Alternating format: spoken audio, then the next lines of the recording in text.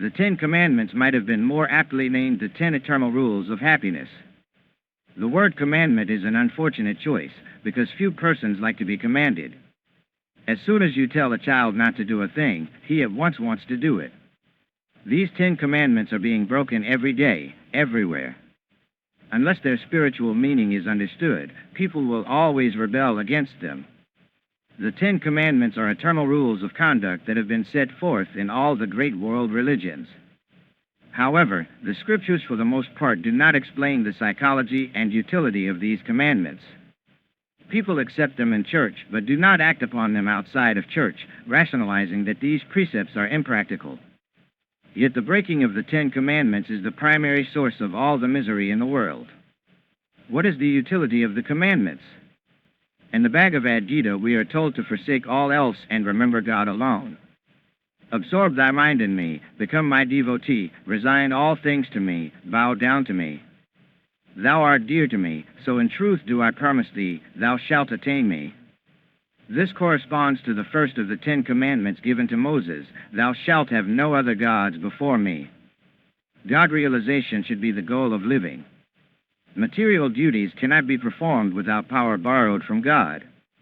To perform one's ordinary duties and forget Him is the highest sin. Sin means ignorance, acting against one's highest good. How many times have you felt a burning sorrow in your heart? Why? Because you didn't act rightly, because God was not first in your heart. The Gita says, forsaking all other dharmas, duties, remember me alone. I will free thee from all sins, accruing from non-performance of those lesser duties. There should be no other God in your life who means more to you than God. Even though Jesus was one with the Father, he said, I do not know all the things that my Father knows. As soon as man begins to worship possessions, name, fame, anything less than God, he finds unhappiness. Those who worship lesser gods, O Arjuna, they go unto them, my devotee comes unto me. Only God can fulfill man's dreams of lasting happiness. No diversion should be allowed to replace worship of the Supreme Lord. If you study the Hindu scriptures, you will see how they correspond with the 10 Commandments of the Bible. Thou shalt not make unto thee any graven image. Symbol worship is all right for a few, but it has more bad than good results. To worship the cross of Christ and forget what the cross stands for is to worship a graven image, because you have lost sight of its significance. When a great spiritual teacher passes on, his image, or some symbol of his life, is usually kept and venerated, and this is all right provided you remember and emulate his qualities. But if you worship an image without conscious regard for what it represents, then you have forgotten the infinite. To have a picture or a statue of Jesus is acceptable if it helps you to dwell on his divine qualities. Then you are not worshiping a graven image, but the ideal the image represents to you. Whatever worship ritual you perform with the consciousness of spirit is pleasing to the Lord. But in Moses' time, many worshippers had forgotten God. They were venerating mere objects, even sacrificing goats to them. In India, it is customary to make a picture or statue of a saint, or perhaps to fashion an image symbolic of a specific manifestation or quality of the divine, and place it in a temple. The people offer flowers to God or to the spirit of the saint represented by the picture or statue, and meditate on the divine qualities it symbolizes. Such worship is acceptable in God's eyes. True devotees do not allow their consciousness to dwell on the object, but concentrate with deepest love and attention on the spirit behind it. A great saint of India used to go into samadhi whenever he offered his devotion before the image of the Divine Mother in the temple where he worshipped. I was placing flowers at the feet of a stone symbol, he said, when suddenly I beheld that, untouched by my body, I was one with the sustainer of the universe. I began placing flowers on my own head. If you can do so, it is much better to concentrate inwardly on God than to focus your attention first on an external intermediary symbol, and then transfer that concentration to the Spirit. God is infinite. How could an image encase him? This is the reason behind the second commandment. We should not worship an image as God, because he is infinite. Being infinite, God cannot be limited to any form, human or stone, yet he is manifest in all forms. One can rightly say that God manifests in every man as well as in great saints, for he is present in all. The sun shines equally, also, on a piece of charcoal and a diamond.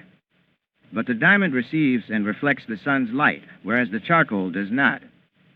Similarly, all people are exposed to the light of God, but not all receive and reflect that light. To do so, they must purify themselves by meditation and by following the 10 Commandments. Thou shalt not take the name of the Lord thy God in vain. When you say the name of God, you must be inwardly aware of what you are saying. Were it possible to look into others' minds when they are praying, you would see that a great many are thinking about almost anything but the Lord. They are taking the name of God in vain. When we pray, we should try our utmost to concentrate our whole attention on God, instead of saying God, God, God, and letting our minds dwell on something else. An aunt of mine had the habit of saying her prayers on beads. She could almost always be seen busily fingering her beads. But she approached me one day and confessed that although she had been doing this for 40 years, God had never answered her prayers. No wonder. Her prayers were hardly more than a nervous physical habit. Don't think of anything but the Spirit when you are praying. Try your utmost to be sincere. The use of beads in prayer and japa, repetition of the name of God, are good when practiced with devotion and concentration. But these all too often become mechanical. They are lower forms of worship. But to whisper God in your heart on beads of love, that is true worship. It is insulting to God also if you sing hymns or chant to him with an absent mind. The Bhagavad Gita similarly stresses the importance of a concentrated mind while worshiping God. When you pray, your heart and your mind should be filled with the love of God. He attains the supreme effulgent Lord, O Arjuna, whose mind, stabilized by yoga, is immovably fixed on the thought of him. Remember the Sabbath day, to keep it holy. Out of a week of 7 days, how few people devote even one to God? To keep apart one day for him is in the best interests of your own welfare. Sunday is the sun's day, the bright day of wisdom. Many never use it to think of God, though to do so is the highest wisdom. If on that day you could just be alone and quiet for a little time, enjoying that stillness, you would see how much better you feel. Observe the Sabbath in this way. It will be a salve to the lacerations of the preceding 6 days. Everyone needs 1 day a week in the spiritual hospital to heal his mental wounds. Don't observe the Sabbath as a forced duty. Enjoy it. When it becomes for you a day of peace and joy and contentment, you will look forward to it. Seclusion is the price of greatness. You may be surprised at what seclusion with God will do for your mind, body, and soul. In the early morning and before retiring, you should immerse yourself in his peace. India's sages counsel not only a regular day for seclusion, but stress the need for quiet meditation during 4 specific periods every day. In the early morning, before you get up or see anyone, remain calm, feeling peace. At noon, be quiet for a while before taking lunch, and before your evening meal, have another time for peace. Before going to bed, go into that silence again. Those who faithfully observe silence and seclusion during these 4 times of the day cannot but feel in tune with God. Whoever cannot manage 4 times a day should observe each morning and evening a period devoted to God. By doing this, you will have a different, happier life. If you continually write out checks without depositing anything in your bank account, you will run out of money. So it is with your life. Without regular deposits of peace in your life account, you will run out of strength, calmness, and happiness. You will finally become bankrupt, emotionally, mentally, physically, and spiritually. But daily communion with God will continually replenish your inner bankroll. 4 times a day sit quietly in meditation and think with all the love and longing of your heart, I am with the infinite now. Father, reveal thyself, reveal thyself. Strive to feel the peace of his presence. Bathe your mind and body in that peace, and you will be much more successful in life. The calm man doesn't make mistakes. When thousands of others are failing, he succeeds. You must be calm to be successful. Those who do not observe the Sabbath by feeling this divine peace develop great moodiness. They become nervous automatons. Through the portals of silence, the healing sun of wisdom and peace will shine upon you. The Sabbath should be a day of rest and cultivation of divine peace. However, activity that expresses wisdom and peace is also appropriate on the Sabbath. Honor thy father and thy mother. The human father and mother should be honored as the representatives of God, the supreme parent, who has empowered them with his gift to create man. The mother is God's unconditional love incarnate, because a true mother forgives when no one else does. The father is a manifestation of the Heavenly Father's wisdom and protection of his children. One should not love father and mother apart from God, but as representations of his protecting love and wisdom. The Supreme Spirit becomes the father and mother to help each child. Therefore honor him and your parents. Thou shalt not kill. The meaning is that one should not kill for killing's sake, for then you become a murderer. One should not take another's life in a moment of violent emotion. But if your country is attacked and goes to war, you should fight to protect those whom God has given to you. You have a righteous obligation to defend your family and your country. Thou shalt not commit adultery. The ideal of sexual union should be the creation of children made in the image of God, and the expression of the pure love of the soul that is felt between marriage partners who behold only God in each other. Those who live solely on the physical plane, never thinking of love or the high purpose for which the sex sense was intended, are, in the spirit of this commandment, committing adultery. One is then no better than the animal, who has his sex and goes his way. Except for the purpose of procreation and the expression of mutual true love in the holy state of matrimony, the creative urge is intended by God to be transmuted into energy and divine realization. Insofar as you can absorb the sexual power, you can develop great mental powers to write, paint, or express yourself creatively in 1,000 other ways. As you ultimately control and spiritualize the creative energy, you will feel great peace and love and bliss in God. Saints who have thus spiritualized the sexual energy are very powerful, able to demonstrate wonderful achievements in the world and in the interior search for truth. Thus, the highest use of sex is the sublimation of its power in order to manifest spiritual thoughts and ideals and wisdom. It is detrimental to your mental and physical well-being if you concentrate on sex apart from the expression of marital love or the procreative purpose of married life. One should not dwell on sex thoughts or act promiscuously on sex thoughts. When you can exercise this restraint, you can develop the right attitude towards sex and its wholesome divine purpose. The universe and man were immaculately created by God's will. In the beginning, man also was empowered to create immaculately by will, as God did.